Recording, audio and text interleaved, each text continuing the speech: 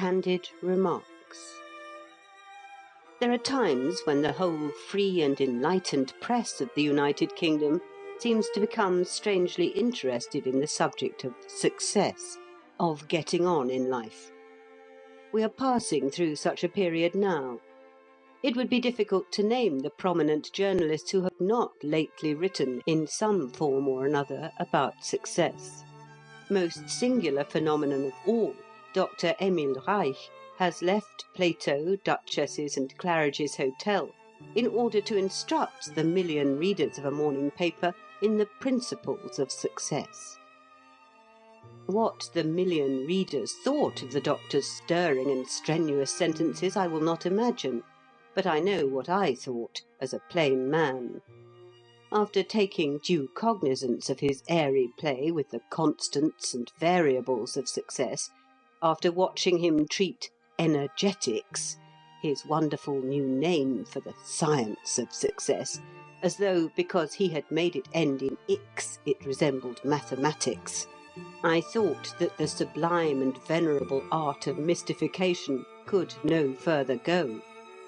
If my fellow pilgrim through this vale of woe, the average young man who arrives at Waterloo at 9:40 every morning with a cigarette in his mouth and a second-class season over his heart, and vague aspirations in his soul, was half as mystified as I was, he has probably ere this decided that the science of success has all the disadvantages of algebra without any of the advantages of cricket, and that he may as well leave it alone, lest evil should befall him. On the off chance that he has come as yet to no decision about the science of success, I am determined to deal with the subject in a disturbingly candid manner. I feel that it is as dangerous to tell the truth about success as it is to tell the truth about the United States. But being thoroughly accustomed to the whistle of bullets round my head, I will nevertheless try. Most writers on success are, through sheer goodness of heart, wickedly disingenuous. For the basis of their argument is that nearly anyone who gives his mind to it can achieve success. This is, to put it briefly, untrue. The very central idea of success is separation from the multitude of plain men. It is perhaps the only idea common to all the various sorts of success, differentiation from the crowd. To address the population at large and tell it how to separate itself from itself is merely silly.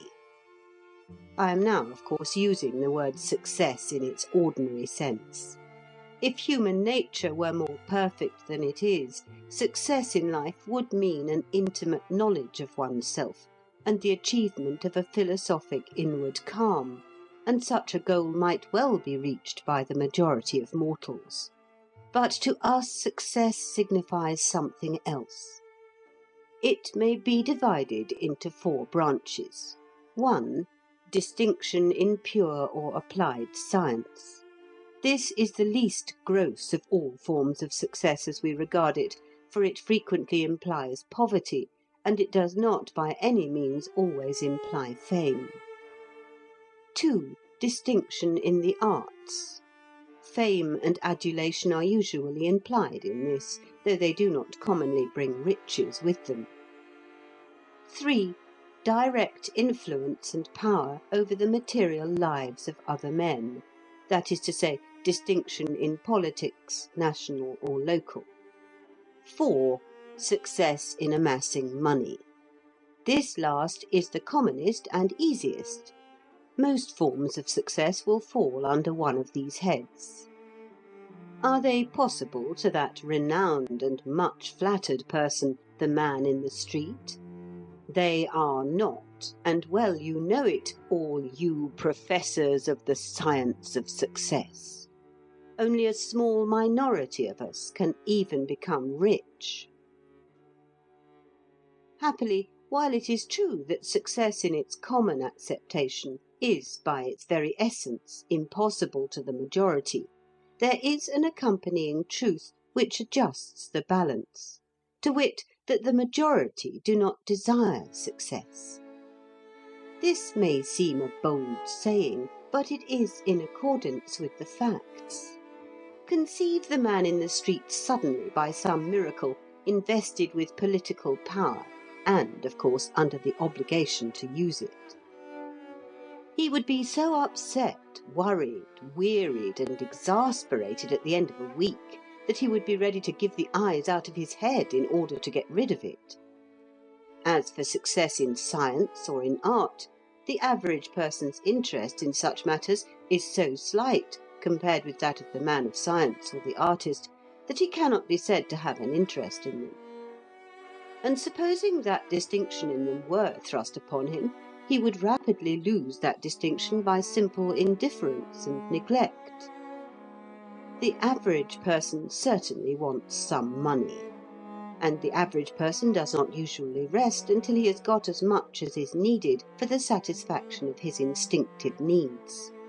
He will move the heaven and earth of his environment to earn sufficient money for marriage in the station to which he has been accustomed, and precisely at that point his genuine desire for money will cease to be active. The average man has this in common with the most exceptional genius, that his career in its main contours is governed by his instincts. The average man flourishes and finds his ease in an atmosphere of peaceful routine. Men destined for success flourish and find their ease in an atmosphere of collision and disturbance. The two temperaments are diverse. Naturally, the average man dreams vaguely upon occasion. He dreams how nice it would be to be famous and rich. We all dream vaguely upon such things. But to dream vaguely is not to desire. I often tell myself that I would give anything to be the equal of Cinquevalli, the juggler, or to be the captain of the largest Atlantic liner. But the reflective part of me tells me that my yearning to emulate these astonishing personages is not a genuine desire, and that its realization would not increase my happiness. To obtain a passably true notion of what happens to the mass of mankind in its progress from the cradle to the grave, one must not attempt to survey a whole nation, nor even a great metropolis, nor even a very big city like Manchester or Liverpool. These panoramas are so immense and confusing that they defeat the observing eye. It is better to take a small town of, say, 20 or 30,000 inhabitants, such a town as most of us know more or less intimately. The extremely few individuals whose instincts mark them out to take part in the struggle for success can be identified at once, for the first thing they do is to leave the town. The air of the town is not bracing enough for them. Their nostrils dilate for something keener. Those who are left form a microcosm which is representative enough of the world at large. Between the ages of 30 and 40, they begin to sort themselves out. In their own sphere, they take their places.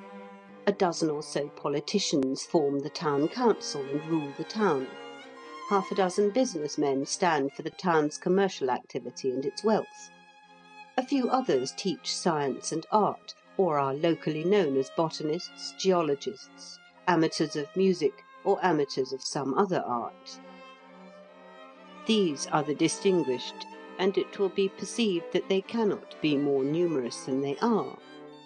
What of the rest? Have they struggled for success and been beaten? Not they. Do they, as they grow old, resemble disappointed men? Not they. They have fulfilled themselves modestly. They have got what they genuinely tried to get. They have never even gone near the outskirts of the battle for success. But they have not failed. The number of failures is surprisingly small. You see a shabby, disappointed, aging man flit down the main street, and someone replies to your inquiry, "That's so-and-so, one of life's failures, poor fellow." And the very tone in which the words are uttered proves the excessive rarity of the real failure. It goes without saying that the case of the handful who have left the town in search of the success with the capital S has a tremendous interest of curiosity for the mass who remain. I will consider it. The successful and the unsuccessful. Having boldly stated that success is not and cannot be within grasp of the majority, I now proceed to state, as regards the minority, that they do not achieve it in the manner in which they are commonly supposed to achieve it. And I may add an expression of my thankfulness that they do not. The popular delusion is that success is attained by what I may call the Benjamin Franklin method. Franklin was a very great man. He united in his character a set of splendid qualities as various in their different ways as those possessed by Leonardo da Vinci. I have an immense admiration for him. But his autobiography does make me angry. His autobiography is understood to be a classic, and if you say a word against it in the United States, you are apt to get killed. I do not, however, contemplate an immediate visit to the United States, and I shall venture to assert that Benjamin Franklin's autobiography is a detestable book and a misleading book. I can recall only 2 other volumes which I would more willingly revile. One is Samuel Budget, the Successful Merchant, and the other is From Log Cabin to White House, being the history of President Garfield. Such books may impose on boys, and it is conceivable that they do not harm boys. Franklin, by the way, began his autobiography in the form of a letter to his son. But the grown man who can support them without nausea ought to go and see a doctor, for there is something wrong with him. I began now, blandly remarks Franklin, to have some acquaintance among the young people of the town that were lovers of reading, with whom I spent my evenings very pleasantly, in italics, and gained money by my industry and frugality, end of italics. Or again, quote, "It was about this time I conceived the bold and arduous project of arriving at moral perfection. I made a little book in which I allotted a page for each of the virtues. I ruled each page with red ink, so as to have 7 columns, 1 for each day of the week. I crossed these columns with 13 red lines, marking the beginning of each line with the first letter of one of the virtues, on which line, and in its proper column, I might mark by a little black spot every fault I found upon examination to have been committed respecting that virtue upon that day." End quote. Shade of Franklin, where'er thou art, this is really a little bit stiff.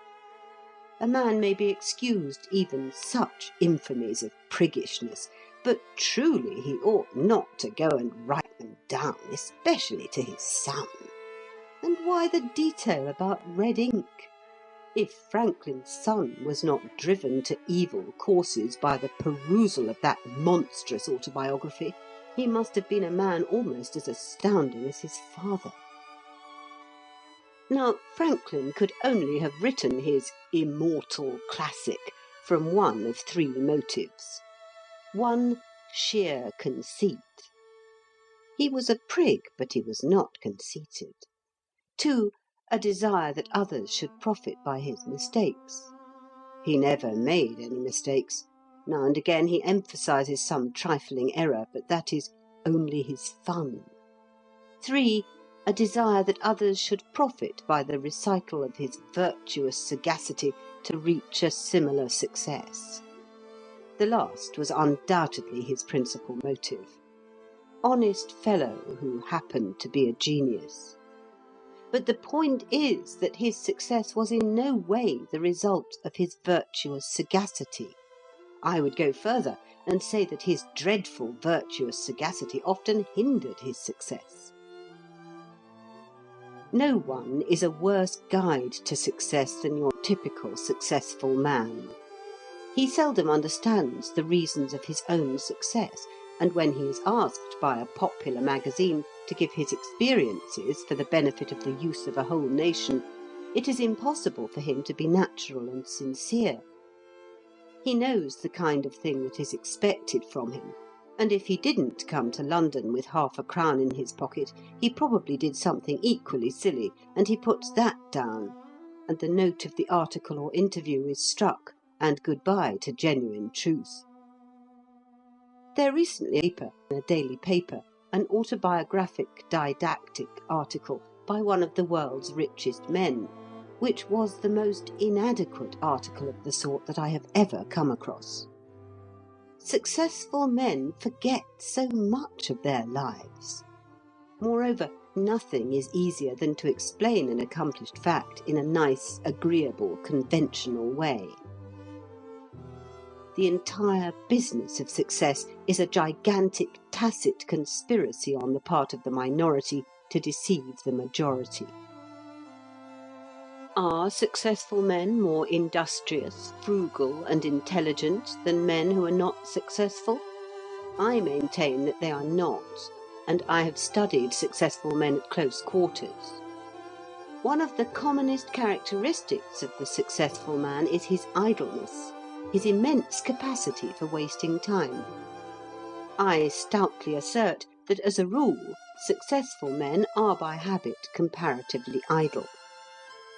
As for frugality, it is practically unknown among the successful classes. This statement applies with particular force to financiers. As for intelligence, I have over and over again been startled by the lack of intelligence in successful men. They are, indeed, capable of stupidities that would be the ruin of a plain clerk. And much of the talk in those circles which surround the successful man is devoted to the enumeration of instances of his lack of intelligence. Another point: successful men seldom succeed as the result of an ordered arrangement of their lives. They are the least methodical of creatures. Naturally, when they have arrived, they amuse themselves and impress the majority by being convinced that right from the start, with a steady eye on the goal, they had carefully planned every foot of the route. No. Great success never depends on the practice of the humbler virtues, though it may occasionally depend on the practice of the prouder vices.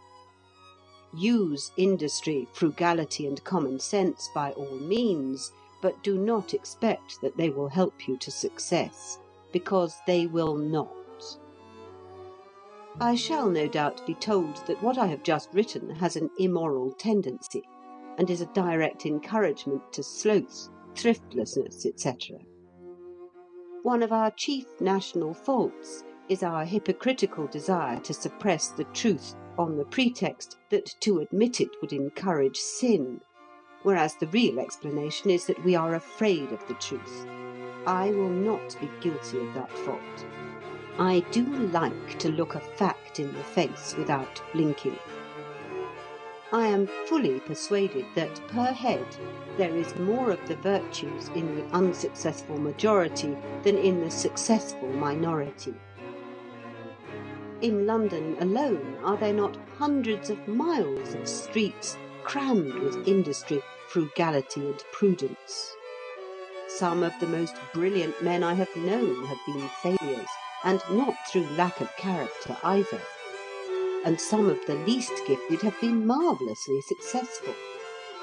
It is impossible to point to a single branch of human activity in which success can be explained by the conventional principles that find general acceptance.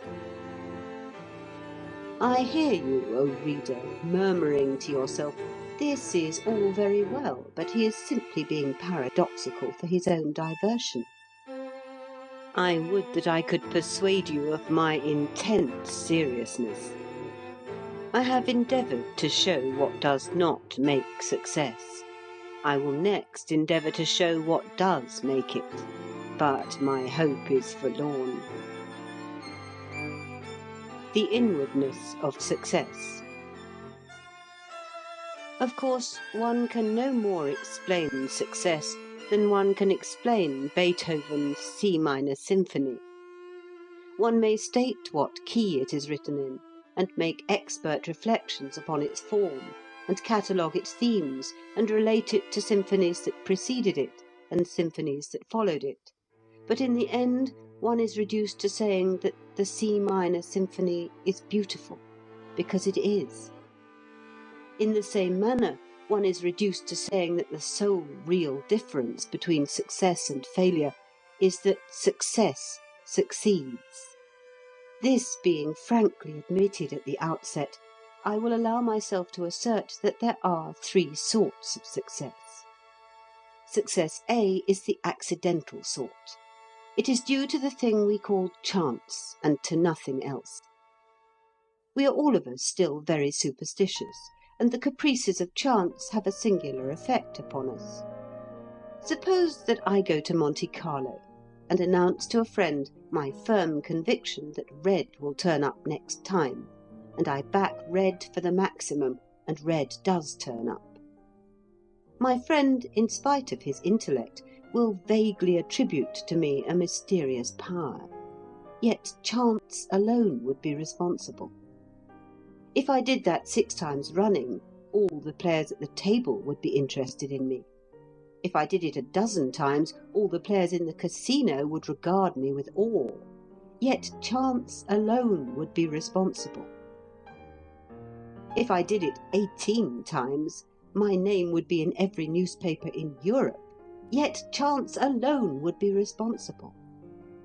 I should be, in that department of human activity, an extremely successful man, and the vast majority of people would instinctively credit me with gifts that I do not possess.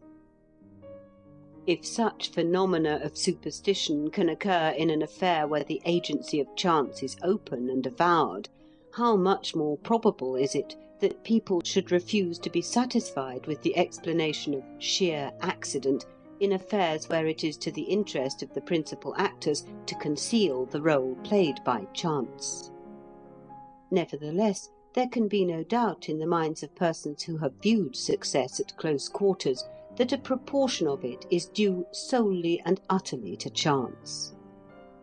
Successful men flourish today and have flourished in the past who have no quality whatever to differentiate them from the multitude. Red has turned up for them a sufficient number of times, and the universal superstitious instinct not to believe in chance has accordingly surrounded them with a halo. It is merely ridiculous to say, as some do say, that success is never due to chance alone, because nearly everybody is personally acquainted with reasonable proof on a great or a small scale to the contrary. The second sort of success, B, is that made by men who, while not gifted with first-class talents, have, beyond doubt, the talent to succeed. I should describe these men by saying that, though they deserve something, they do not deserve the dazzling reward known as success. They strike us as overpaid. We meet them in all professions and trades, and we do not really respect them. They excite our curiosity, and perhaps our envy. They may rise very high indeed, but they must always be unpleasantly conscious of a serious reservation in our attitude towards them. And if they could read their obituary notices, they would assuredly discern therein a certain chilliness, however kindly we acted up to our great national motto of De mortuis nil nist bunkum. It is this class of success which puzzles the social student.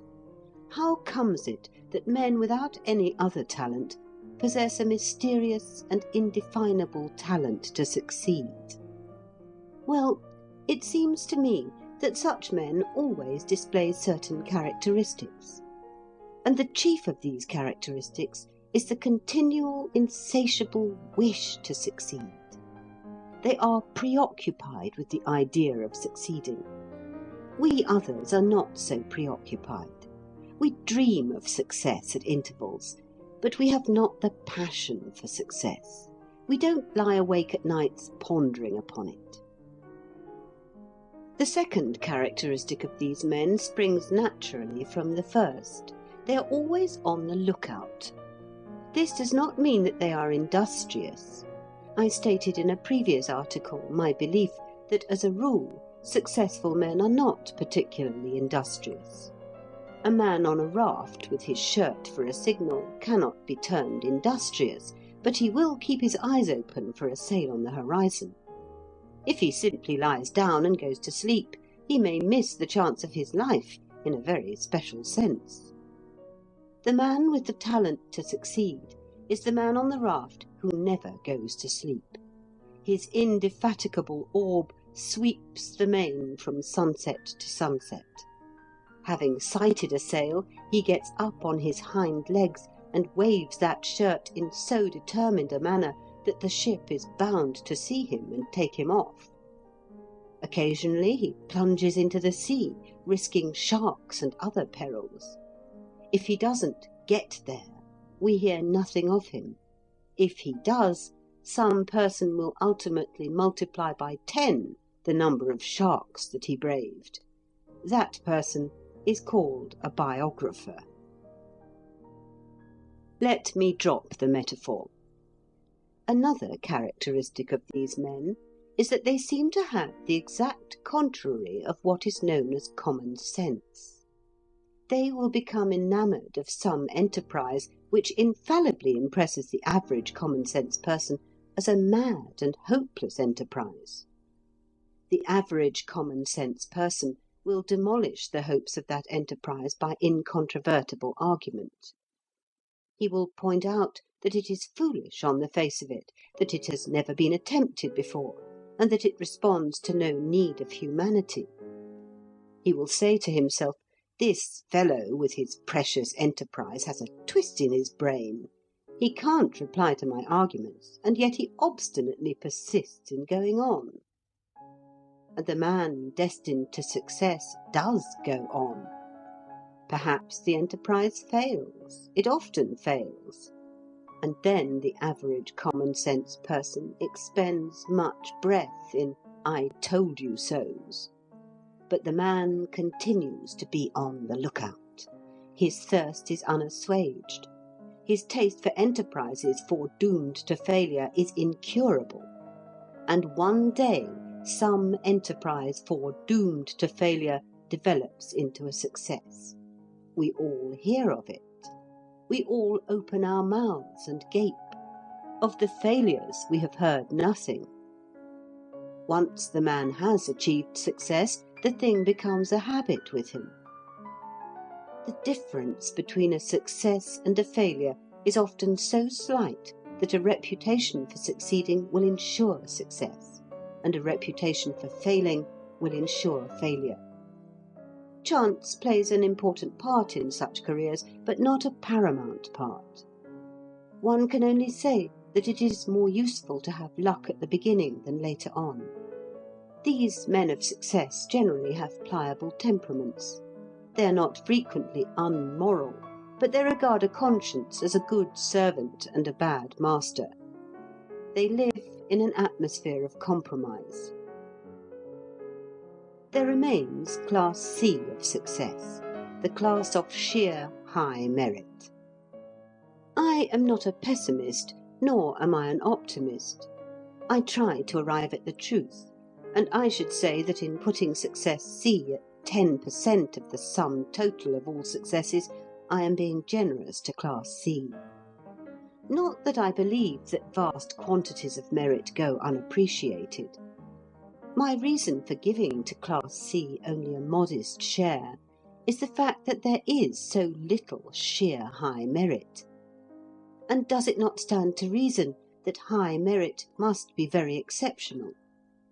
This sort of success needs no explanation, no accounting for. It is the justification of our singular belief in the principle of the triumph of justice. And it is among natural phenomena perhaps the only justification that can be advanced for that belief.